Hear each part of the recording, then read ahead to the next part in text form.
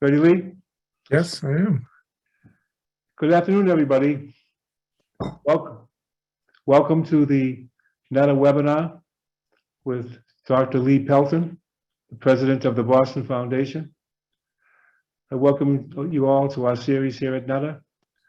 Typically, these were our breakfast and lunch gatherings, but during the pandemic, we've gone to the webinar format, and I thank all of you that have supported these webinars during the pandemic.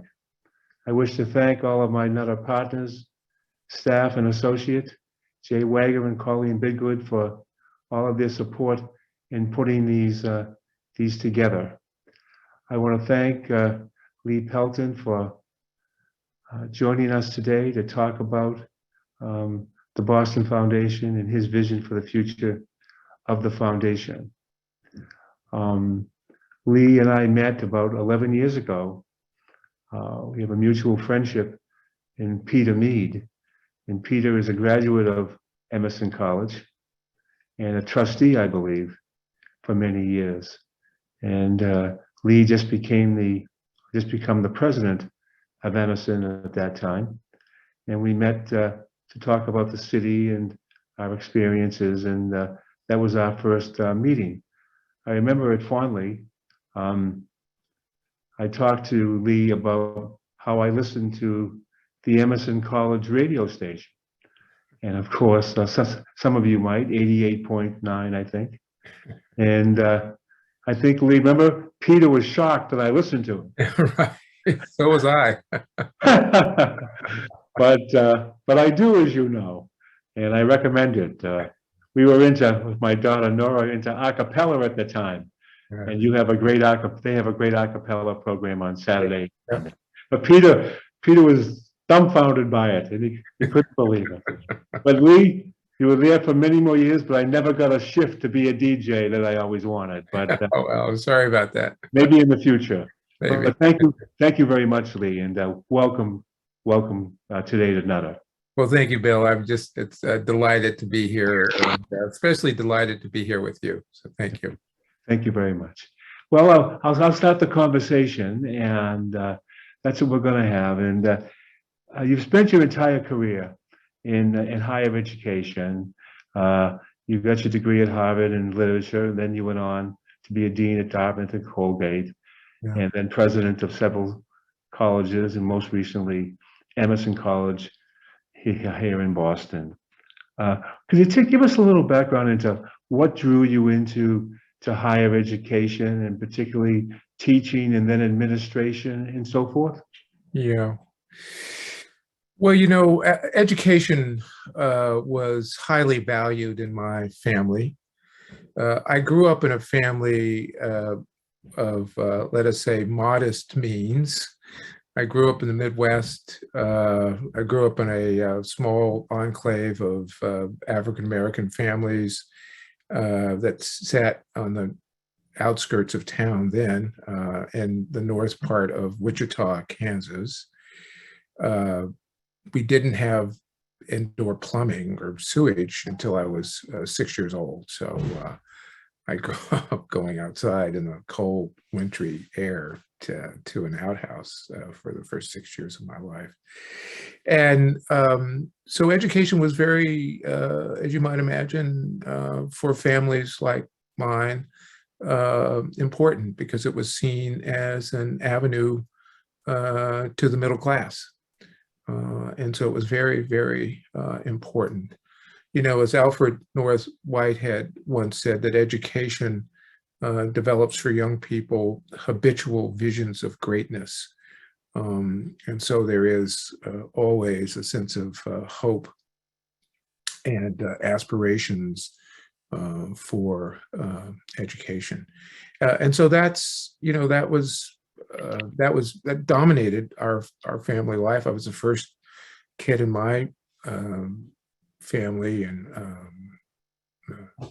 including my relatives, to go to college. There was one other who preceded me. And so that's, you know, that's not an unusual story. I tell you that story, but it's not unusual because all of us have stories like that. So when I went to my local university there in Kansas, studied English and American literature, which I was attracted to for a variety of reasons. Then I pretty much had exhausted all of the classes in the English department. And so some faculty, in particular, a professor, her name is Fran Stevens, now deceased, took me under their wings and actually allowed me as a senior to co-teach. I co-taught a class on romantic poetry, actually, with Fran. And it was those faculty who encouraged me to seek graduate study, and I wanted to be a professor, and so that launched my career in Harvard. Went off to Harvard, got a PhD, and then stayed there and taught for a while, and then went to, as they say, the dark side to become a college administrator. And what attracted you to the administration as opposed to the classroom? Well, I absolutely love the contemplative life of research, of writing. But when I was at Harvard, I was there for a long time, 13 years, both as a graduate student and then teaching and doing some administrative work. But at Harvard, I was dean of one of the undergraduate houses. This was the Winthrop House. This is where JFK graduated from Winthrop House. And being dean there activated my instincts for leadership.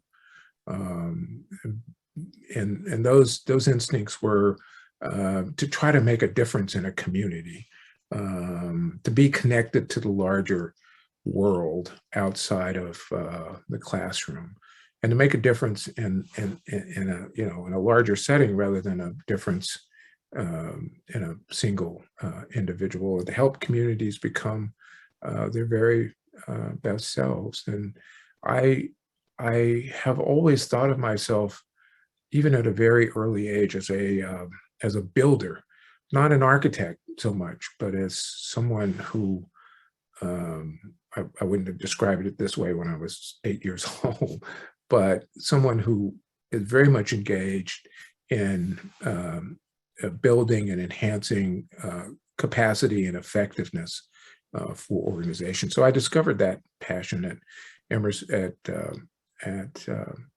Harvard, and then decided to pursue life in administration, which I did as dean of Colgate and dean of Dartmouth College subsequently. Let me visit your youth for a second, because I always wonder about this, and we try so hard. You said you realized that education was the way to the middle class. Who was it that conveyed that message to you or to your family? Now, I think that's what we have to do today. We have to tell young kids that you can go to this school or you can do this, because a lot of people think they can't. And so who conveyed, or who should convey that message to young people like you once were, and I once was? Well, it was, I would say my parents, but the person who was now deceased, probably most influential was my grandmother, my father's mother, who lived next door to us. And I spent just hours over there with her, talking about life. We didn't have many books in my house.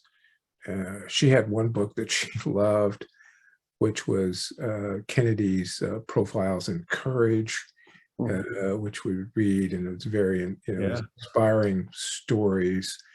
And so I think she was influential in that way.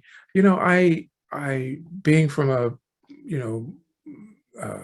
when I grew up, at least, that changed as my father moved up and to the world of work world. You know, the way out of working class um, um, communities was, I thought, two things. You could either be an engineer or you could be a lawyer. And that was it. And that's what you know, that's what my aspirations were. I started out majoring in math because I loved math. And then I decided I wanted to be a lawyer. And then, you know, as I said, when I reached my junior and senior year, I realized that's not really what I wanted to do. I wanted to engage literature and engage texts because I discovered that they connected us to life's most enduring themes, and they humanized the landscape of history. And so that was an appeal to me. Although I must say, when, when I told my father I was headed off to Boston to study English literature, you know, he was very kind, but the look on his face was, yeah, okay, well, I'm not sure what you're doing. This is a far cry from being an engineer or a lawyer, but he had faith. He had faith in me. Well, that leads to my next question is, was, you know, the state of higher education today, after being president for 13 years at Emerson, and implicit and implied in that question is the whole debate about the value of a liberal arts education. Yeah. You know, you major with I went to Holy Cross and liberal arts college, and you major with a degree in history or political science or English, and of course the question is, what are you going to do with that? And so, could you just talk a little bit, now that you're out of higher ed, what is the state of higher education today? Its availability, the access issue for people, should Yeah. it be free? All those kind of questions. Yeah. If you could, for a few minutes, talk about the state of higher education today. Yeah. Yeah. Let's start with the first question with liberal arts. And, you know, the value of liberal learning is that it prepares you for a variety of fields and professions.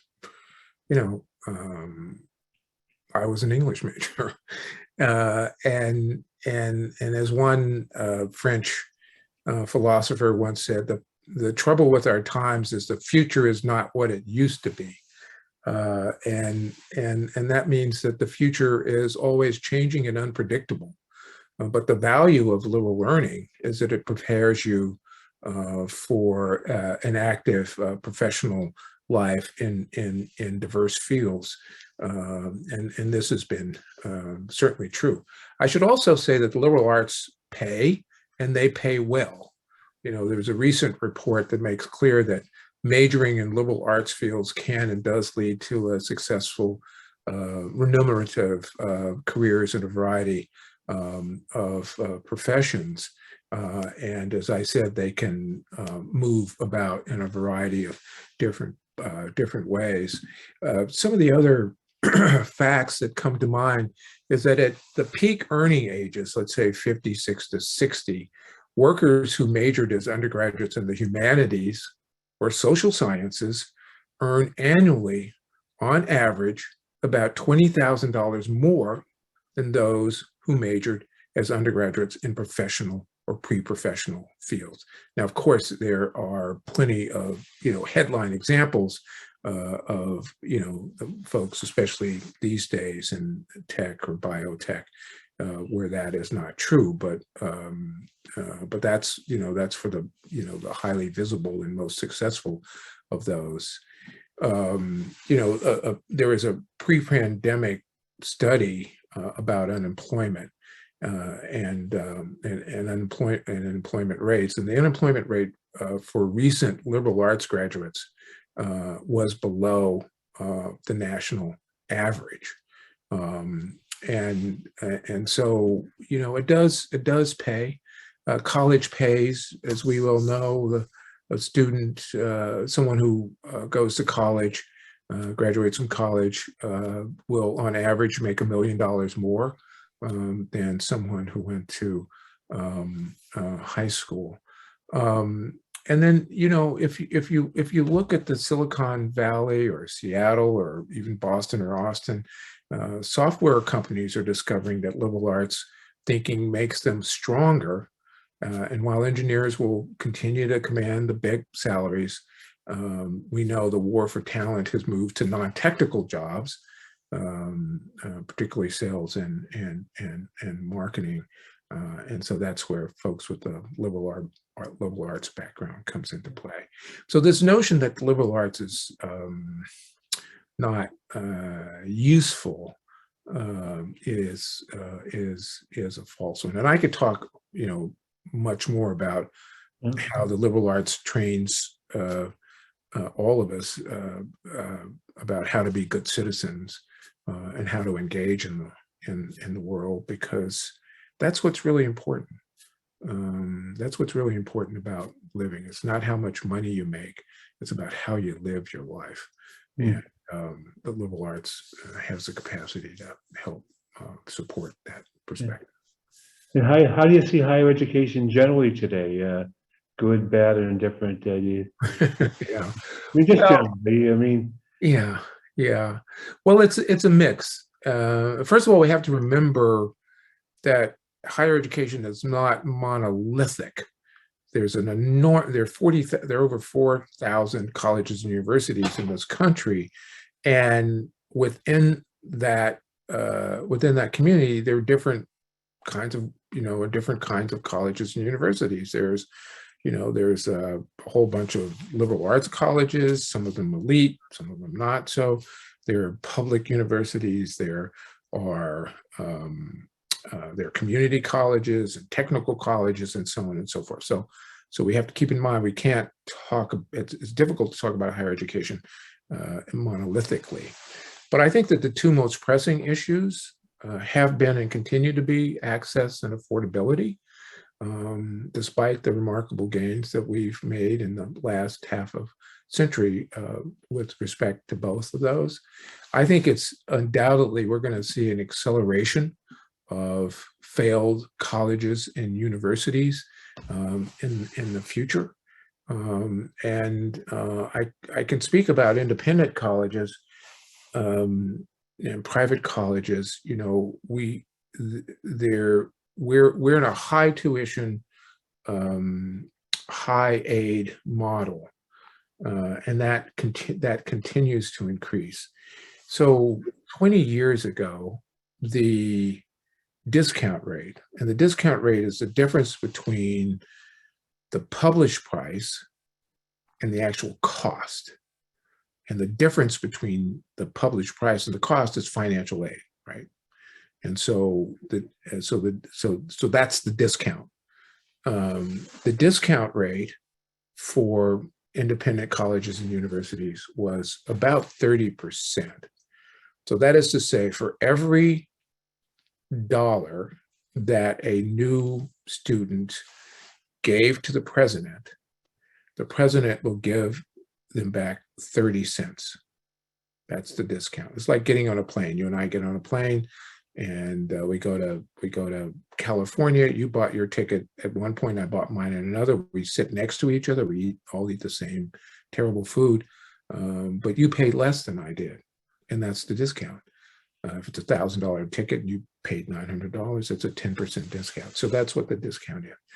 Yeah. So today, that discount is over 50%. That is to say, for every dollar that a student, on average, gives to a independent private college or university in this country, for every dollar that they hand to the president hands them back 52 cents. Yeah. So that's has created a bubble that will burst someday unless we make significant changes to our business model. And part of what you're seeing right now is the collapse of small colleges that have high discount rates. Some of them are highly leveraged for them. They don't have a $54 billion endowment, if they have an endowment at all. They work on a cash basis. from one to the next. And they've got themselves in what I called 20 years ago. I said, this is a death spiral.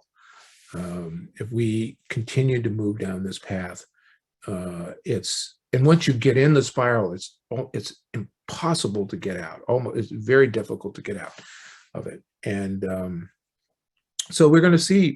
This bubble is going to burst. We've already seen the erosion with, at Emerson, we essentially acquired a small college in Vermont. Wheelock, BU, now really kind of a merger and acquisition, if you want to call it that. Wheelock College, Berkeley College acquired the Boston Conservatory, and so on and so forth. So we're going to see many. More of these, and we're going to see a lot of consolidation in the future.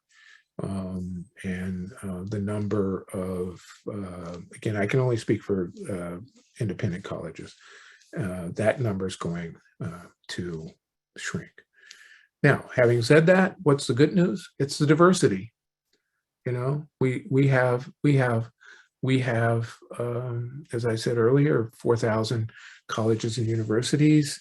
And so students and their families have a lot of choices to make. We don't have a minister of education, an education ministry or someone. If you're in Japan, Japan will say, I spent a lot of time in Japan, they will tell a particular college, these are the students I want you to take, and this is the number I want you to enroll this year. Imagine that. And so we don't have the government directing us in that particular way. We have control over what we teach and how we teach it. Though, of course, these activists, regents, and trustees of public institutions have sought to erode this autonomy. I think with respect to the environment in colleges and universities today, I would say it's not, let me put it positively, especially, I think it's troubling, I'll put it that way. College campuses have become very contentious places. A lot of these battles are over culture, race, gender, and so on. But what's happened today, Bill, or what's happening, in my view, is that there's a lack of generosity or forgiveness in our campuses, but there's a lack of generosity or forgiveness in general in society, because social media has destabilized the truth, and I think as a result of that has destabilized critical thinking. Critical thinking is eroding. So you see something on your feed, whatever it is, and you assume it's true without taking the time to think about it. Is this really true? And so on. So we're not immune to what's happening outside of higher education. Okay. But I must tell you, I came to higher education because I thought it was this, pristine world of thought and ideas, and that it would be immune to uncritical ideas. It would be immune to this kind of assault on truth. And but I've come to believe that we're not immune to it. Well, there is a lack of civility generally. You would think in a college campus that the debate among issues, the difference of opinion, that's where you think it would be most constructive. Right. That's why people can stand up and you and I could debate an issue, debate a topic. But it seems to be the tone of the discourse has has changed, and I think that's somewhere everywhere, Yes. and that's a lot. That's disturbing to hear that, because you would think in the academic setting with academic freedom that it would be different there.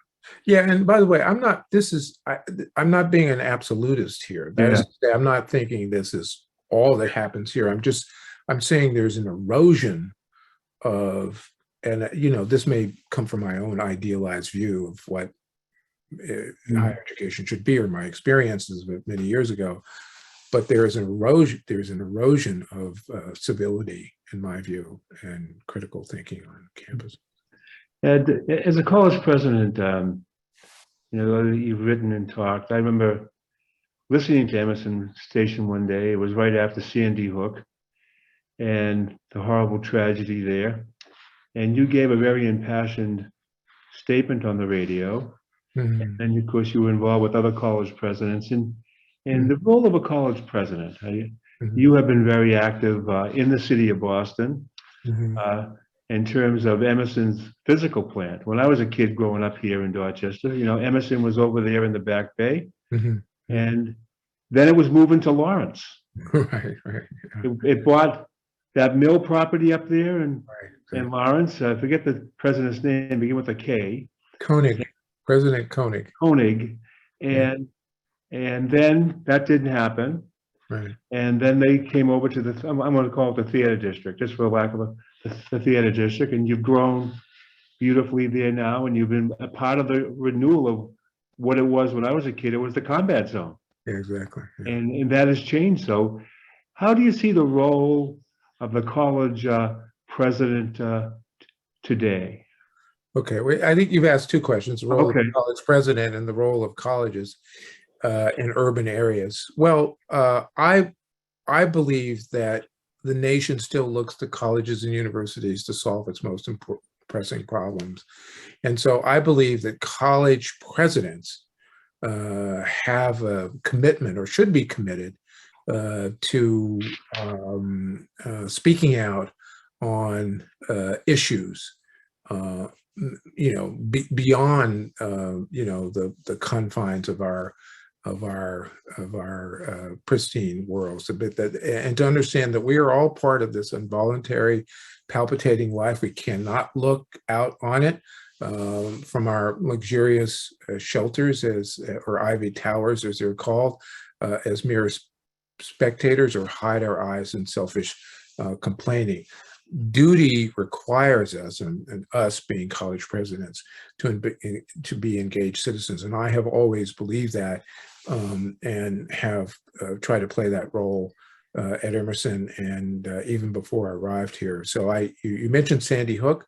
I drafted a letter to President Obama calling for what was then called sensible gun laws. And I got, I think, 350 college and university presidents from around the nation to sign on to that. And that may not seem like a big deal, but try and get 350 college university presidents to agree to sign on to a single document was no easy matter. Let me tell you. And I know that letter went to the White House. It didn't impact any federal legislation. And so I've chosen to speak out. I spoke out after George Floyd's murder, wrote an essay, really, which was for my children, but to the Emerson community, that sprouted wings and around the globe, and 7 or 8 million people laid eyes on it. And so I believe that college and university presidents have an obligation to do that. I remember, probably through the lens of, some romantic lens of the 60s and 70s, I remember some of the great college presidents who did just that. Father Hesburgh at Notre Dame spoke out against the war and about other critical issues. Derek Bach, when he was at Harvard, was also an outspoken critic of the world outside of Harvard Yard and he was definitely an inspiration for me, and someone that I knew when I was at Harvard very well. I mean, I walk across, Harvard Yard, and he would just greet me as if he had known me forever. It was just a remarkable man. And so I've felt that college presidents have this obligation. I'll tell you where this became clear to me. When I was dean of Dartmouth College, and this was right after in 1991, right after the acquittal of the officers, the LA police officers who had beaten Rodney King. And I was sitting in my, beautifully appointed dean's office, and I saw a group of students, primarily Black students, marching across the green. And then I realized they were coming to stand on the steps of Parkhurst. And they were there to ask me, well, what are you going to do? And then I realized at that moment that those students had an expectation that a college president in a pristine setting in Hanover, New Hampshire, still was connected to the world outside of New Hampshire and outside of Dartmouth College, that was the experience that made it clear to me that the nation looks to colleges and universities to solve its most pressing problems. I went to an event yesterday, a luncheon hosted by the Notre Dame Business Council. And it was a conversation between Father William Leahy, the president of Boston College, and Father John Jenkins, the president of Notre Dame. Yeah. It was these two, look at preeminent universities in the Catholic universities. And the role in the conversation was about their role as presidents of Catholic institutions. And the conversation was about the Catholic Church. And it's analogous to what you just said. People in the audience were looking to these as leaders of these preeminent universities, BC and Notre Dame. And so it's kind of people in the audience were looking for leadership from them. It was analogous to what you just said. After your time at Emerson, you started on June 1 as the CEO and president of the Boston Foundation. And so I'd like you to talk for a few minutes about the why of that.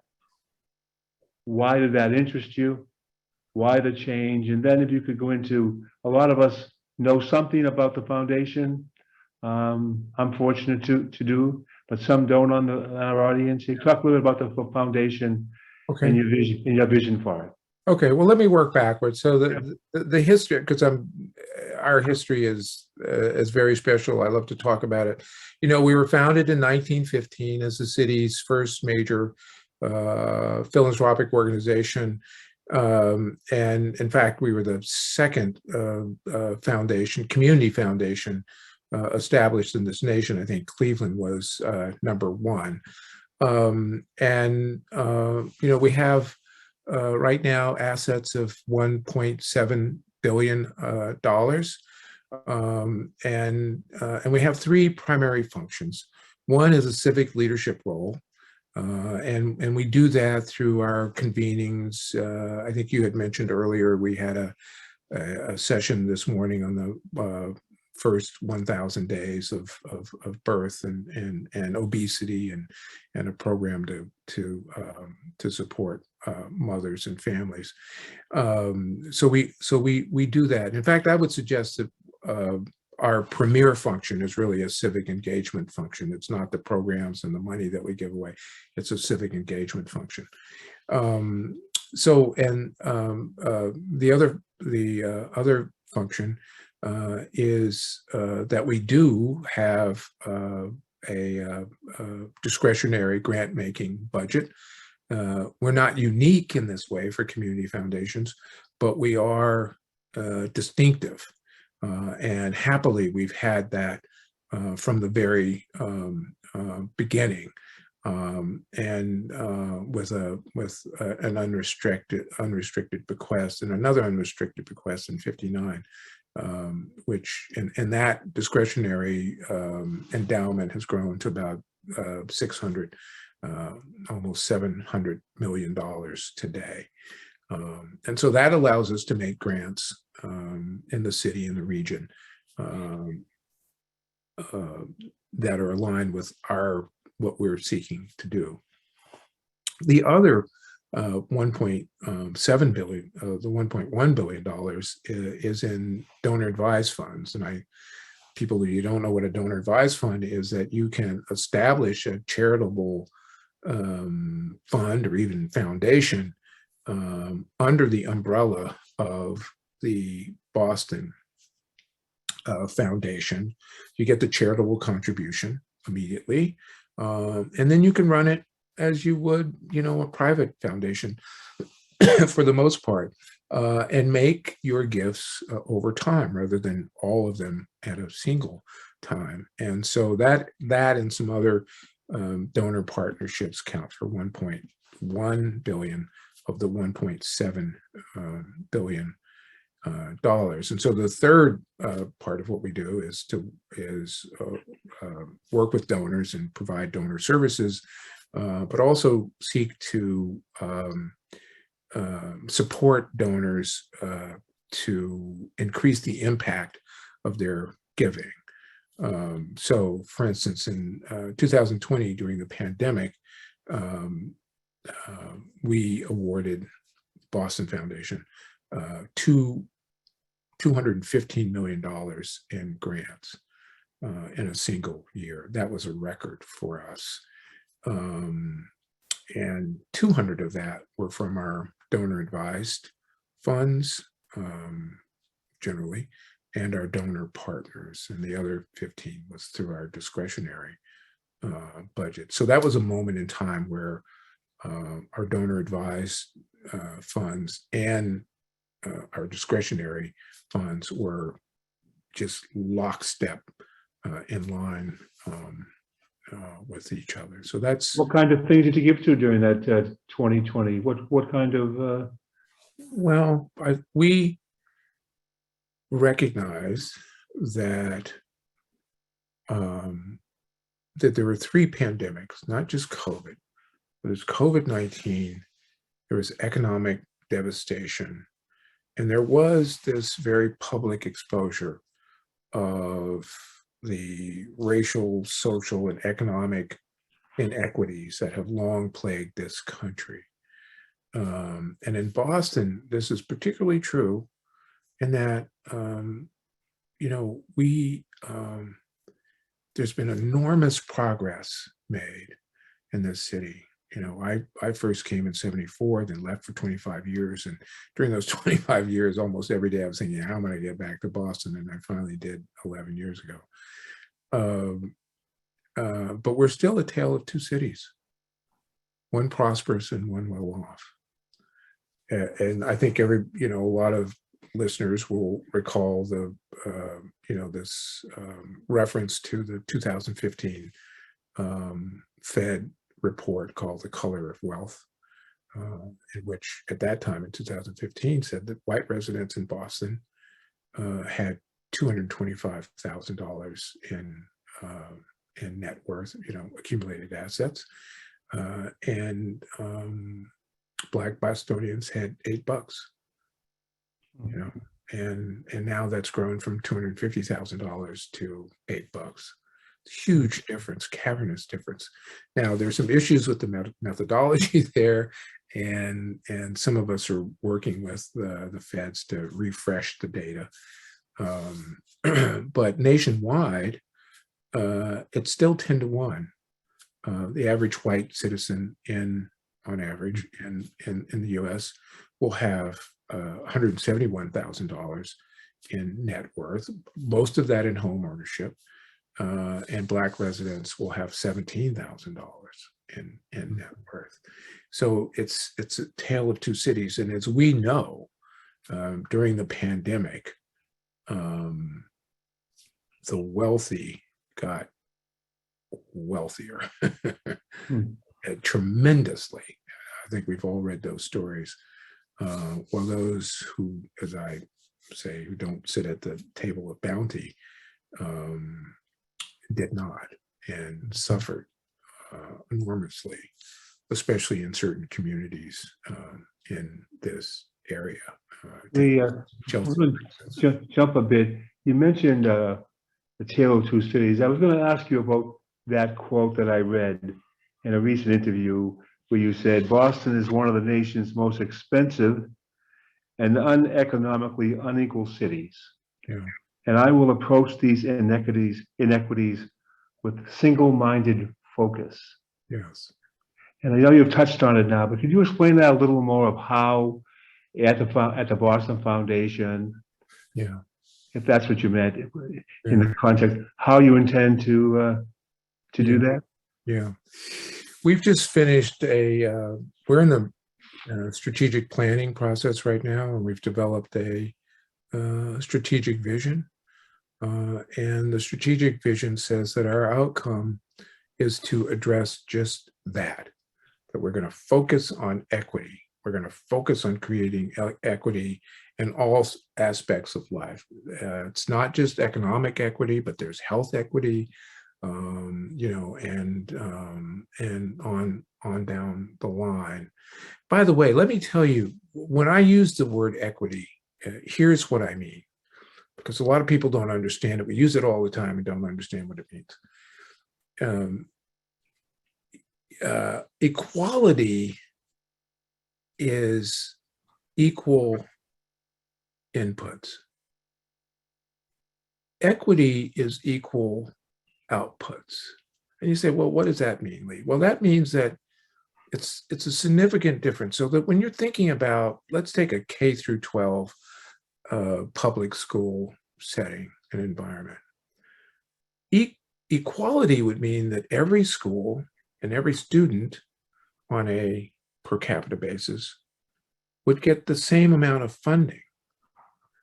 Equity would mean that you understand that there are opportunity gaps and there are other structural and systemic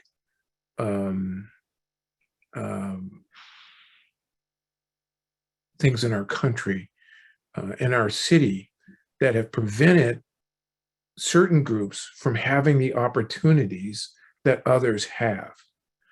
And if you accept that, and you have to accept that because it is in fact true and documented, then equity would mean that you might give more to a certain school so you could bring them up to what Lyndon Baines Johnson said, up to that same starting line. He said that in 1964, 65. And so that the output is equal, not just the input. And that's the difference. So when we talk about equity, we're really talking about closing the opportunity gap. That's why when people talk about, the high school achievement gap, I say, no, it's not an achievement gap. It's not about ability. It's about opportunity, and we ought to be talking about it as an opportunity gap. So we're going to be focused on closing, and we can't do it alone because we don't have the resources to do it alone, but using our civic leadership to close the opportunity gap, to create a more equitable and just society in Boston. And so that's going to be our principal. That's going to be our principal focus. And we're going to do that primarily through our civic leadership platform, bringing folks together. There are a number of pressing issues right now that require the Boston Foundation, I think, to be in which we should be engaged. And we will be engaged in those issues, on the health side, on the home ownership side, on the business equity side, and so on and so forth. Do you see the business community? Will you be reaching out more to the, if we talk about opportunity, equity and opportunity? Will we be reaching out more to the business community to play a Yeah. greater role with the foundation? Yeah, yeah. I sit on the chamber, and I would say that unequivocally, the chamber is very much involved in what you just said. It may be uneven across, certain companies there, but I think it's writ large. Let me give you an example of the influence that we can make. I won't look at business, but I'll look at where I come from higher education. I don't have this number, but I suspect if you were to add up all of the procurement and the supply chain for colleges and for all the private colleges and universities, or not just private, but all of them in the Commonwealth, I bet you that would be about $1 billion.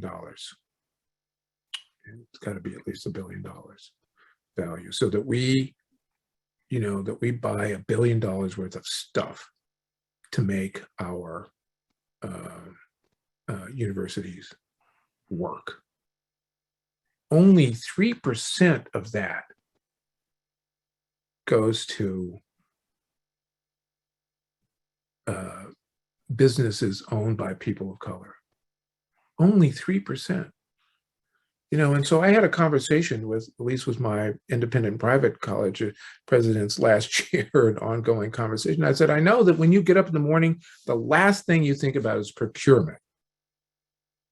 But if you put in these DEI programs on your campuses, but if you really want to make an impact on the ecosystem broadly, on the economic ecosystem, then we ought to figure out a way to increase the percentage of business that we do with enterprises owned by people of color, because that will increase wealth and that will have an impact on the ecosystems and the communities in which these businesses are based, many of which are based in predominantly, Black and brown communities. So again, that takes us back to where we started, which is, we have an opportunity, really an obligation to be invested in the larger society. And this is an opportunity for us to increase equity through an increase of our percentage of minority businesses in procurement programs. That is not something that TBF can do. We have to do it on our, in our own house, and we have to look at our own house.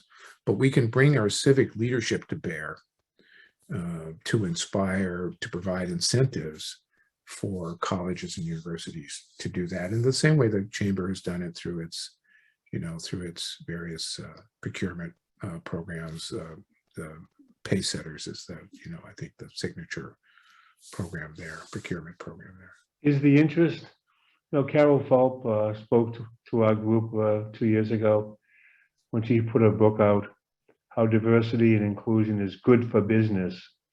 Do you see the business interest that you're talking about in the foundation's business as being compatible? Oh, absolutely. Oh, absolutely. And I would agree with, there's, economists have made clear that,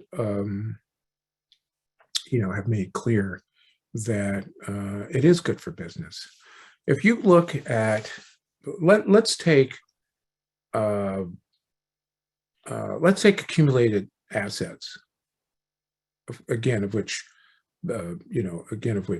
housing takes up most of that. If we look at that gap, if we were to close the wealth gap in this state completely, it would create it's either 14 to 16 billion dollars of GDP.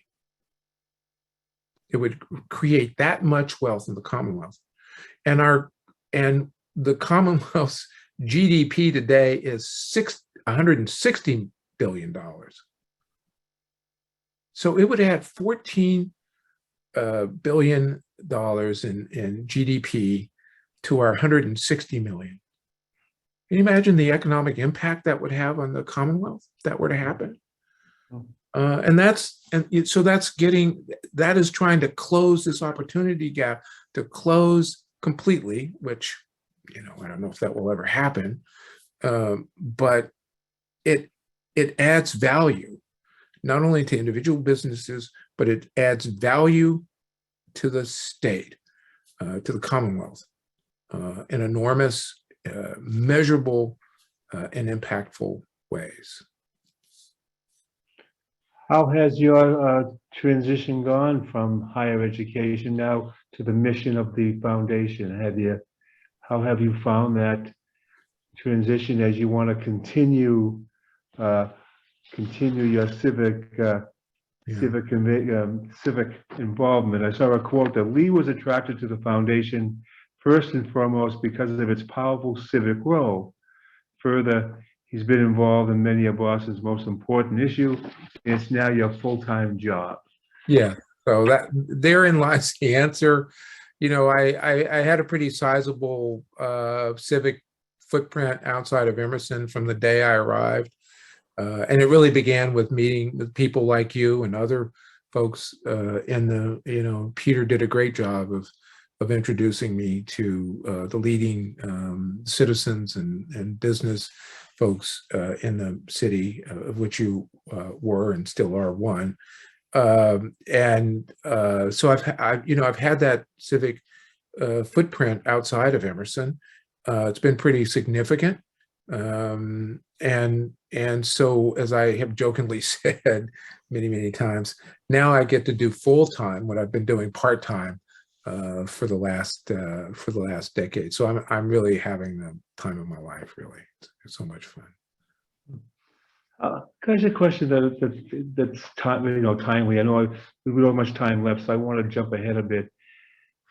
The mayoral election, the mayoral election, the election of Miss Wu as mayor.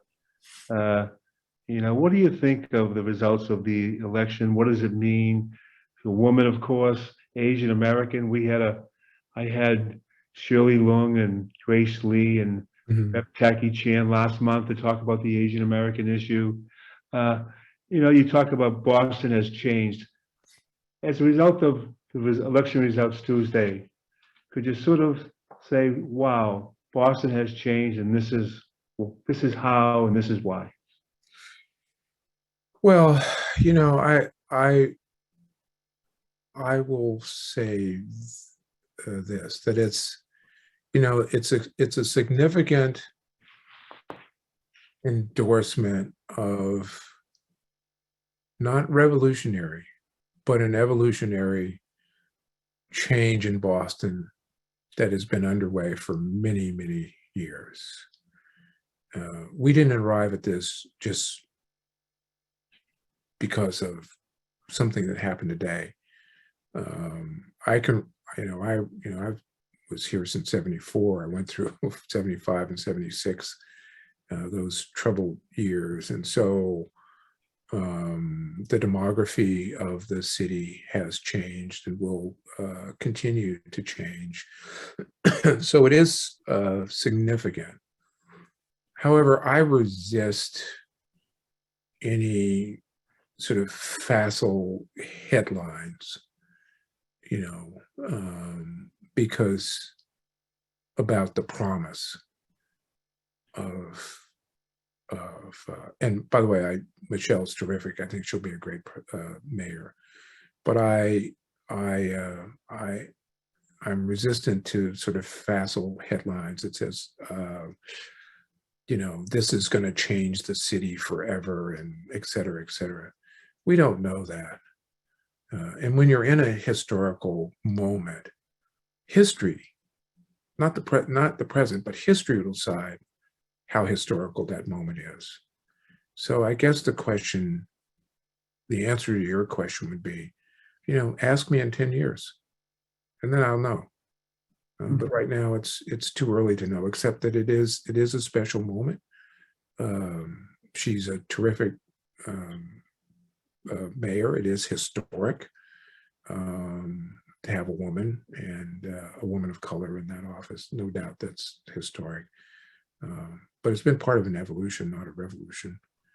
And we'll just have to wait to see how history will describe this moment in our history. I do agree with you. Sometimes people just see things in a snapshot of the present, Right. and don't appreciate how we got there, or how we sort of got there. We have a few minutes left. There's a few questions I wanted to ask you about. I read an interview where you talked about your personal motto. You never know your limits until you exceed them. Yes. Yeah. Once and you wrote and you created that yourself.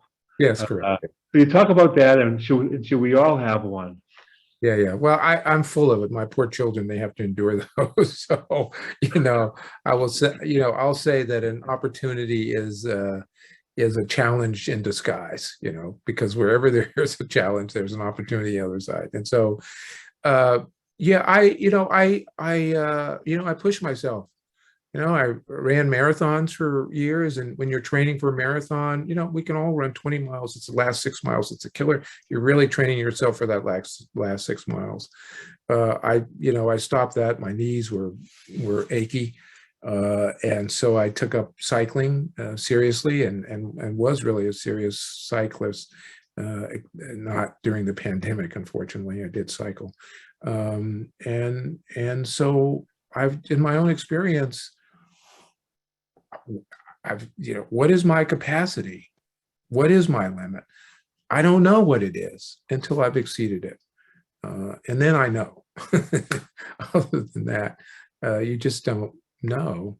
To quote the great poet, I think it was Robert Browning, not Elizabeth Browning, that a person's reach should exceed a person's grasp. And I believe that. One other favorite, your two personal heroes. Easy. Muhammad Ali and Nelson Mandela. And why? Simply because they stood up for what they believed in. And Muhammad Ali said, I'm willing to go to jail for my religion. And, we now apotheosize him now as heroic, but you and I can remember when that was not the case. Most Americans did not like him because he was not going to go to the war, a war which turned out to be not in our best interest, short-term or long-term.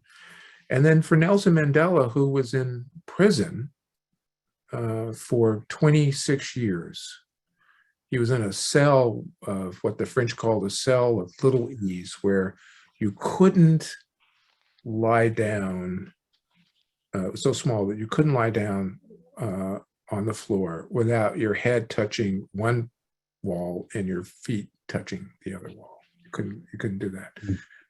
And it was in a prison where I've been there, to Robben Island, more than once. And all you could see inside of the prison was a patch of blue sky or whatever it was above. You couldn't see anything out. He lived there for 26 years. Then he came out of prison with hope and optimism, and a kind of compassion for his country that, without bitterness, that I found extraordinary. On Nelson Mandela, people on the audience probably have seen the movie Invictus, and I just read, after I saw your comment about him, I read Facing the Enemy. What a great book that was, Facing the Enemy, a great book, but you just captured a lot of what he said in that book, and I do suggest that book to many people. Muhammad Ali, of course, we're the same age, and You know, he was Cassius Clay to me in the 60s, and I've read a lot of books about him. And coincidentally, 2 weeks ago, there was an article in the New York Times that said Ali's endless allure in books and film. And of course, Ken Burns just did a 3-part series, books and movies. Ali's reputation transformed him to make him one of America's most polarizing public figures, then one of its most adored. Yeah, exactly. Just incredible the way in his movies, his books, people are just drawn to him. And I read the Moranis book, I think it was, more about his challenging on his draft status. And I saw Nelson Mandela when Congressman Kennedy brought him to Boston here. I forget the exact year of that, but those are your two heroes because they stood up for what they. Right, and history had to catch up with them. That's what we witnessed in both of them. History caught up to where they were. I'd say that about Gandhi. Say that about a whole host of people, but those are the two people that I have time for one more question, I think, and I've been ending these webinars with the question about hope, and you've used that term in several of your answers. And I did tell you before, I just read the book you don't read it really, it's a coffee kind of table book by Barack Obama and Bruce Springsteen called Renegades. Yeah. And I just got it this weekend. My secretary ordered it for me and I got it Saturday. And amazing, without leaving my house. And there's a lot of quotes that I wanted to pick out that Barack Obama made, particularly. They have some of his speeches in the book that shows how he edited them. And then they have some lyrics of the spring. And I didn't know the depth of their friendship. I did not know it. I knew he supported him. I remember his concert the day before the inauguration. But do we participate in politics of cynicism? Do we participate in politics of hope? Hope, a belief in things not seen, a belief that there are better days ahead. Yeah. What do you think about, what hope do you have, and what is your hope for the future for us as we end this webinar, for which I thank you? Yeah, well, that description of hope is really a description of faith. That's, that he's talking about hope as faith, belief in things unseen, or hope for things unseen.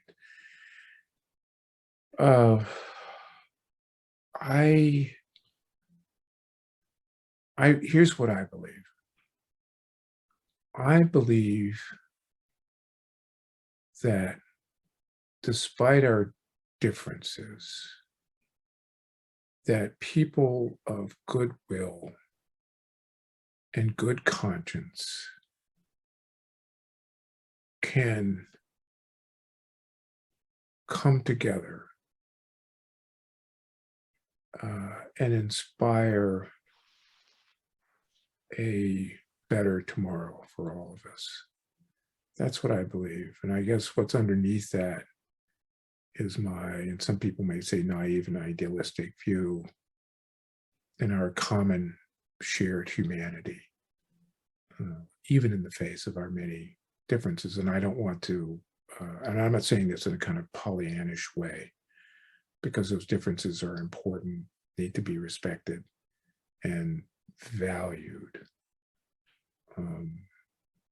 But I do think that we share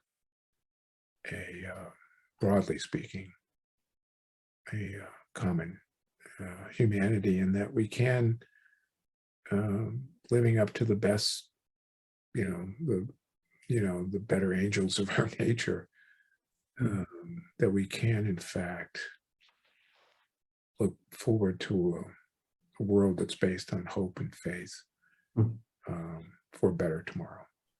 Thank you for that. Lee, I want to just, we've gone over and I've kept you. We just want to thank you for responding to me when I reached out to you to do this webinar. I felt it was important as you left Emerson and joined the foundation. I've been a long-time supporter of the foundation, and look forward to your leadership of it. And I just want to thank everyone on the who's joined in today, and offer you a few minutes if you'd like to make any closing remarks to the audience, and as you proceed forward. So thank you very much. Yeah, I think those were my closing remarks, so I don't have anything to add. Bill, thank you for your friendship over these many years, and thank you for inviting me. It's been a real pleasure to spend some time with you in this way. So thank you. Well, it's mutual, and I just wanted to, in my own way, and the firm, of course, my partners here want to be supportive of you and have a lot of questions. The hour's gone by fast, but I want to thank you, and good luck to you, Lee, and I hope we keep in touch. Thank you. Thank you. Thank you to everybody. Bye, everybody. Thank you all. Take care. Bye-bye. Bye, Lee. Thanks. Bye.